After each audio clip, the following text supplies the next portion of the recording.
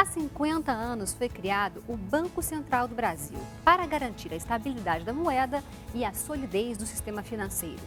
A história do Banco Central se mistura um pouco com a história do nosso país, em especial no final da década de 80 e ao longo dos anos 90, na batalha para vencer a hiperinflação e conquistar a estabilidade econômica. Vamos conhecer um pouco mais dessa história no especial que começa agora, Banco Central 50 anos.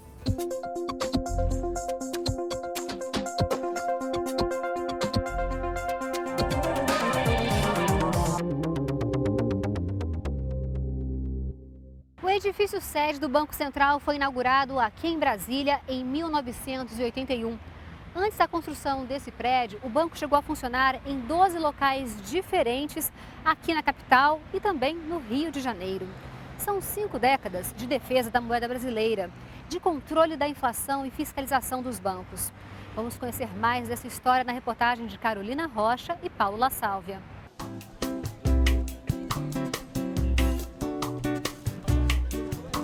Imagine hoje em dia tentar pagar uma compra sem utilizar dinheiro. O senhor me dá 2 dúzias aqui por essa caneca? Não, aí você vai precisar comprar mais 4 canecas dessa para levar mais um pouquinho. O pagamento é só dinheiro. Troca, não tem. Não tem como. É o dinheiro que move, não tem como a gente só trocar por mercadoria. Determinar quanto custa um bem, seja ele um produto ou um serviço, ficou mais fácil depois que a sociedade criou um sistema de valor único, o dinheiro.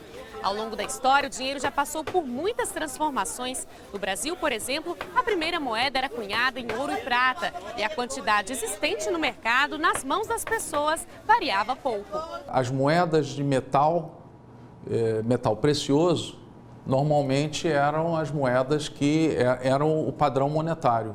Então, eram tantos gramas de ouro, era uma moeda de ouro, tantos gramas de prata, era uma moeda de prata. A partir do século XIX foi surgindo, na verdade um pouco antes, já no século XVIII, mas foi surgindo o papel moeda. Aqui nas fábricas da Casa da Moeda, no Rio de Janeiro, é onde as cédulas brasileiras são impressas e as moedas cunhadas. Mas quem define a quantidade da produção é o Banco Central, que é responsável também por colocar esse dinheiro em circulação. A ideia de Banco Central, ela remonta a um passado muito distante.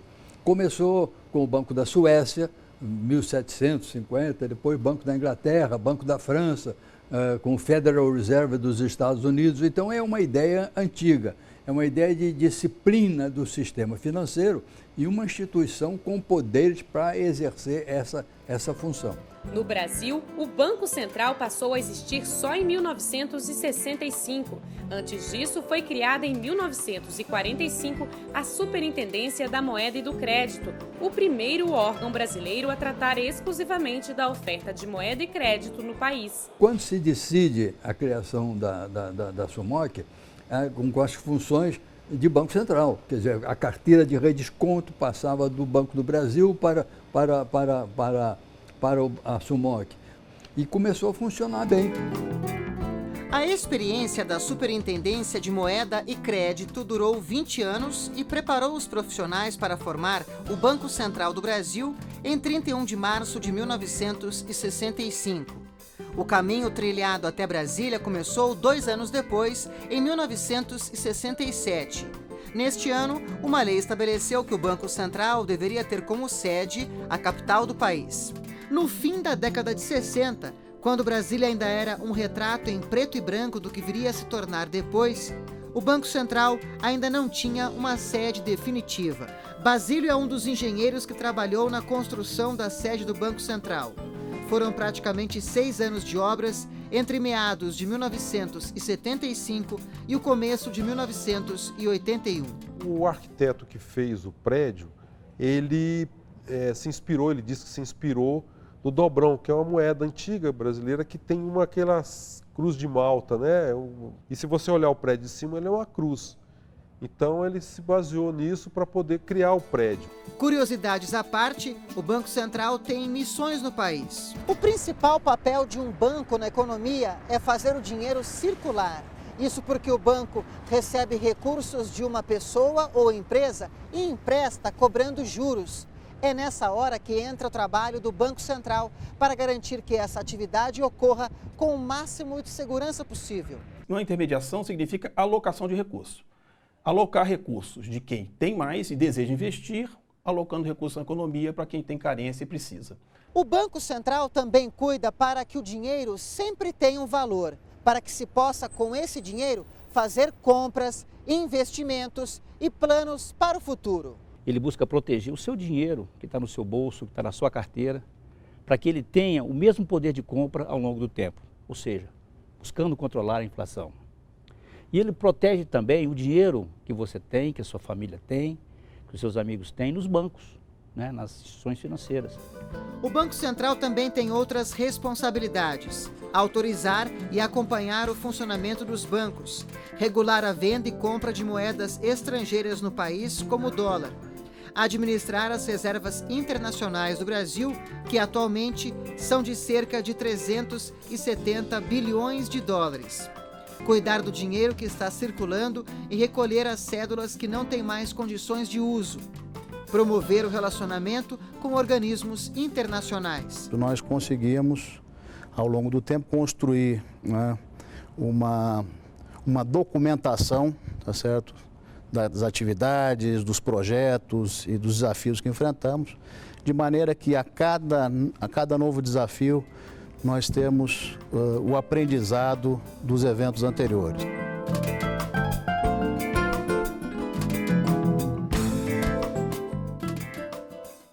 A hiperinflação é uma velha conhecida de muitos brasileiros que ainda se lembram quando os preços disparavam da noite para o dia e o dinheiro valia cada vez menos.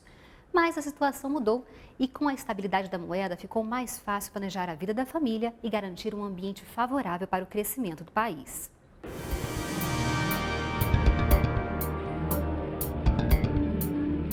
Era uma velocidade... Até hoje, ao fazer compras no supermercado, José Antônio não se esquece da remarcação de preços na década de 80. Inflação altíssima, o produto chegava toda hora, era remarcado. Os preços podiam mudar num piscar de olhos. Aqui, por exemplo, esse feijão, eu pego aqui, ele está com esse preço, chegava lá já queriam cobrar outro. Acontecia isso também. A inflação era tão alta na década de 80, chegando a quase 2.000% ao ano no fim de 1989, por exemplo, que a população vinha ao supermercado e tinha um comportamento que não é visto mais hoje. As pessoas compravam a maior quantidade de produtos possível. A meta era estocar mercadorias como o macarrão, por exemplo, em casa, já que no outro dia o mesmo produto tinha um valor bem mais elevado. Ou seja, o dinheiro valia cada vez menos. O mais prejudicado é o que menos ganhava. Às vezes, inclusive, sem tendo acesso a um banco, ele via literalmente o dinheiro virando pó. Ou seja, em um mês o dinheiro que ele recebia de salário perdia 30%. Uma função do Banco Central é controlar a inflação, que ocorre quando a procura por um produto é tão grande que o preço aumenta ou quando o dinheiro perde valor. Para enfrentar a desvalorização da moeda, foram lançados 5 planos econômicos entre 86 e 93. Planos Cruzado, Bresser, Verão, Collor 1 e Collor 2. E 5 moedas diferentes estiveram em circulação. Em 93, por exemplo, o salário de um trabalhador variou em 5 meses de mais de 12 milhões para 33 milhões de cruzeiros. Mas foi só em 94, com o Plano Real, que a economia se estabilizou e a inflação foi controlada. Passou neste ano de 780% no primeiro semestre para 18% no segundo semestre. Alguns fatores contribuíram decisivamente para o sucesso do Plano Real. Bom, o primeiro deles é que os fluxos de capitais internacionais tinham voltado a correr para a América Latina. Estavam todos ansiosos para voltar a emprestar para o Brasil, projetos novos, economia emergente, essa coisa toda. O segundo fator importante foi a URV. A URV, que foi uma forma de dolarização disfarçada, porque a lei impedia, mas era preciso fazer alguma forma de dolarização para que os preços relativos convergissem. Em julho de 99 foi implantada uma meta de inflação que deve ser alcançada pelo Banco Central. Para medir a variação de preços e verificar se a meta é atingida, foi estabelecido o IPCA, Índice de Preços ao Consumidor Amplo. Para deixar os empréstimos mais caros, as dívidas menos atraentes, incentivar a poupança e segurar o consumo, também foi criada, em 99, uma taxa de juros, a Selic. Além de controlar o aumento dos preços, os juros têm outra função na economia. São utilizados como referência para qualquer operação. Quando fazemos um empréstimo ou um financiamento para comprar um carro ou um imóvel, a dívida é dividida em parcelas. E sobre essas parcelas existem juros. É por isso que a taxa chama tanto a atenção do mercado e dos consumidores. E é aqui, nesta sala, que a cada 45 dias, os juros são definidos pelo presidente e pelos diretores do Banco Central. O regime de metas de inflação, ele é simples na medida em que ele fixa um objetivo claro, não é, que o Banco Central vai perseguir de atingimento de um valor para a inflação num período de um ano. Não é? Então isso, qualquer membro, qualquer cidadão pode aferir se o Banco Central está ou não está atendendo o seu objetivo nesse quesito. Mas o Banco Central não usa os juros de forma automática. Tudo depende do comportamento da inflação. Por exemplo, teve um aumento dos preços agrícolas em 20%, porque lá fora teve um problema de safra, etc. Isso é um choque que os economistas chamam de choque de oferta. O Banco Central não tem o que fazer contra esse choque. O que ele pode fazer é não deixar esse choque se propagar. Mudou, olha aí, você vê, hoje você passa aqui daqui 15 dias, possivelmente está o mesmo preço. Um mês pode estar o mesmo preço, pode até cair. Acontece até de cair, vinha as promoções, coisa que não acontecia, você não via isso cair.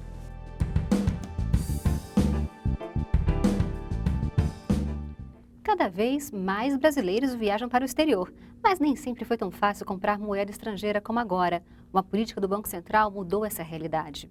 Uma outra política que mudou a realidade brasileira foi a negociação da dívida externa.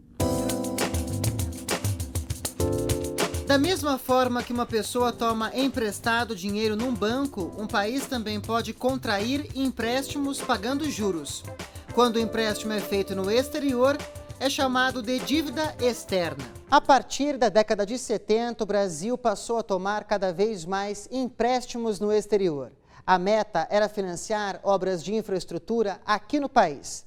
Mas durante esse período, o dinheiro foi diminuindo lá fora e os juros aumentaram. Foi quando a dívida externa brasileira começou a ficar incontrolável.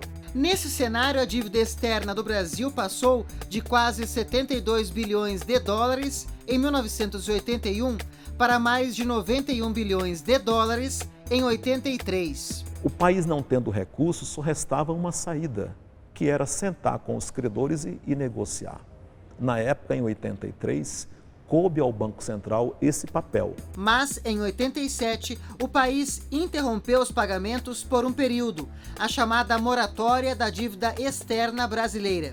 Já em 94, com a estabilização da economia a partir do Plano Real, o Banco Central conseguiu condições mais vantajosas de negociação da dívida. O Brasil ainda recorreu ao Fundo Monetário Internacional em 2002, quando tomou um empréstimo de cerca de 42 bilhões de dólares. Mas depois, o crescimento econômico levou o país a pagar a dívida e a mudar de posição. Em 2009, o Brasil anuncia que vai emprestar 10 bilhões de dólares ao FMI para o enfrentamento da crise econômica internacional. A nova condição do Brasil em relação à dívida externa atraiu recursos de fora para o país, que passou a acumular cada vez mais dólares. Com isso, foi possível promover mudanças no mercado de câmbio, que comercializa moedas estrangeiras. Durante a década de 80, apenas o Banco Central podia vender dólar no país, definir o valor da compra e venda, além de estabelecer limites para viagens ao exterior. As pessoas não tinham acesso ao mercado, quer dizer, qualquer moeda estrangeira que você precisasse, você tinha que pedir uma solicitação ao Banco Central. Durante a década de 90, as regras do câmbio mudam. a moeda norte-americana passa a ser comercializada em agências de turismo, de câmbio e em bancos autorizados pelo Banco Central. O câmbio deixa de ser fixo, podendo variar conforme as cotações, por exemplo, do dólar na Bolsa de Valores. Neste shopping, em Brasília, Adriano aproveita a liberdade atual do mercado de câmbio. Ele tem uma loja que presta 2 serviços: vende joias e moeda estrangeira, como dólar, principalmente para turistas. O turista que vem para cá, ele precisa de facilidade na hora de trocar sua moeda. Então, o shopping center tem essa facilidade do estacionamento, da segurança, da alimentação, tudo isso ele consegue encontrar aqui.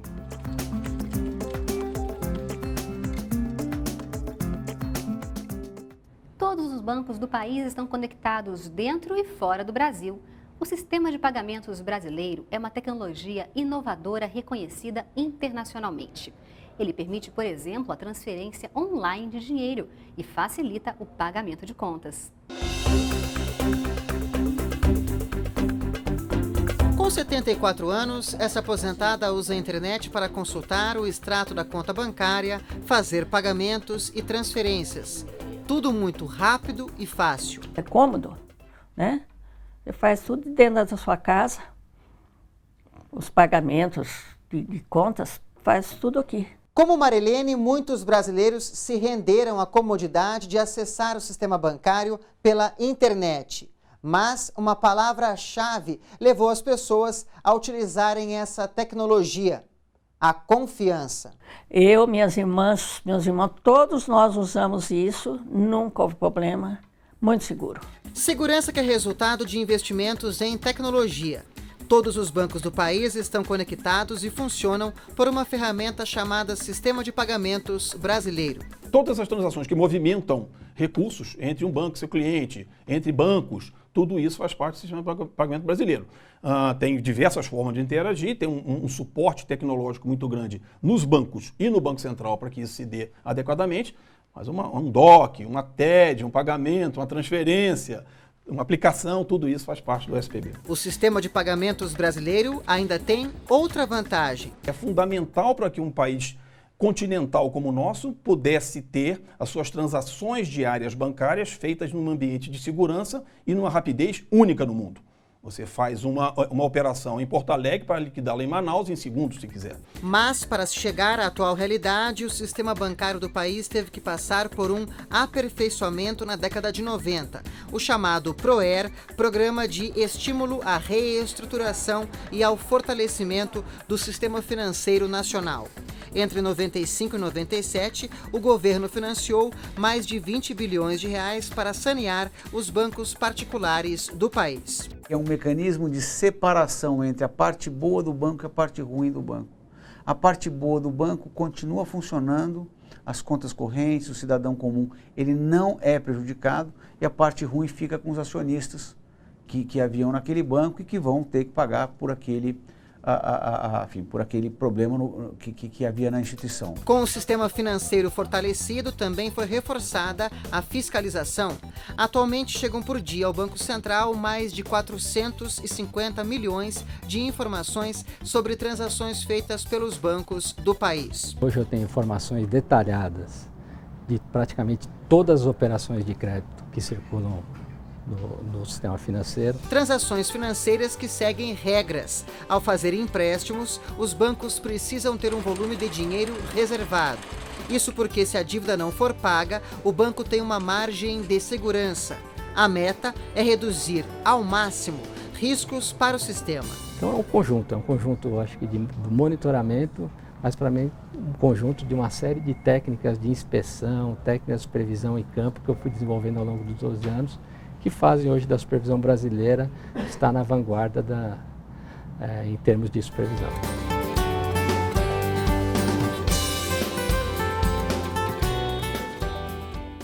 Controlar as contas e usar com cuidado as linhas de crédito disponíveis no mercado. Com a inclusão social, se tornou indispensável o conhecimento em educação financeira. Vamos conhecer algumas iniciativas que podem facilitar o dia a dia do brasileiro. Em menos de 10 anos, houve um salto no número de pessoas que têm contas em banco. De 2005 a 2014, o número de clientes aumentou 58% e já soma quase 140 milhões de pessoas. Com o acesso ao crédito facilitado, surgiram comodidades como os correspondentes bancários. Já são mais de 345 mil pontos de atendimento em correios, lotéricas e supermercados, por exemplo. Isso permite que o sistema bancário alcance todos os municípios do país e dá mais agilidade ao dia a dia do cidadão. É bom, né? Porque a gente quer fazer uma coisa assim rapidinho na lotérica, de repente tem outros assuntos para fazer fora, né? Então na lotérica facilita muito. Os caixas eletrônicos, por exemplo, são uma mão na roda no dia a dia. Mas quando o assunto é dinheiro, a inclusão financeira rima com educação. Ou seja, não basta facilitar o acesso à conta corrente, poupança e ao crédito em geral. Também é preciso aumentar a consciência das pessoas sobre as oportunidades e os riscos dos produtos financeiros. Bons ventos do crescimento econômico permitiu que as famílias fossem ao mercado, adquirir o crédito, consumir produtos, ter uma qualidade de vida um pouco melhor. Durante muito tempo, essa papelada foi a maior inimiga da Elaine e a compulsão por compra só fazia aumentar o número de boletos e prestações. O recurso que eu tinha para pagar as dívidas, eu acabava utilizando nas compras desnecessárias. Para a Elaine, a solução do problema veio com um curso de educação financeira. Eu fiz para minha mudança de comportamento, né? E eu tenho colhido bons frutos.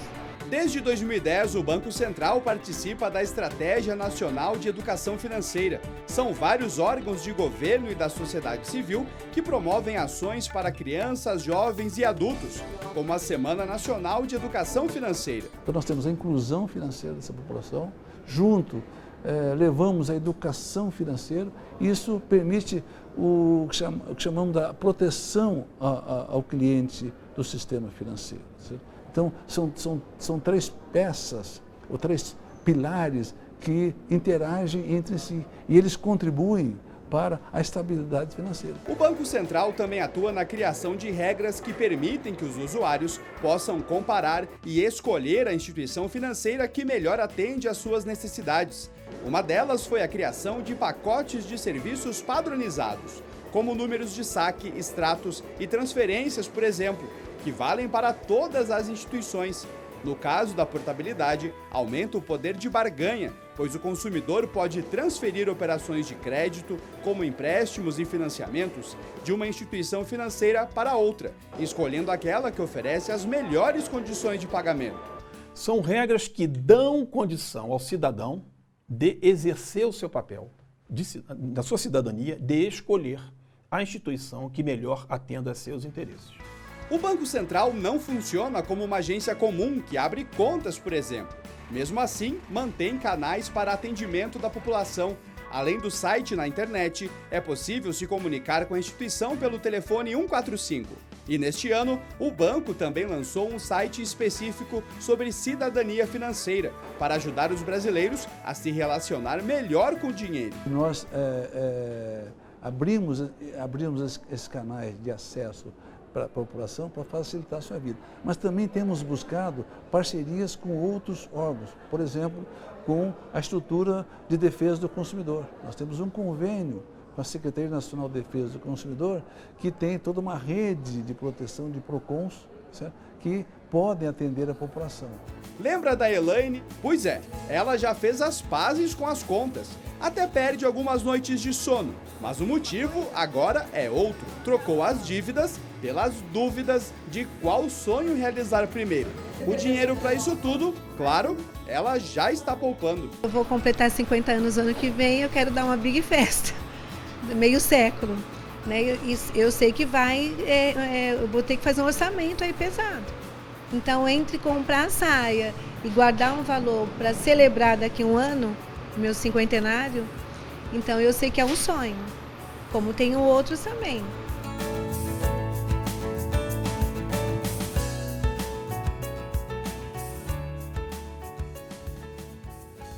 O especial 50 anos do Banco Central fica por aqui.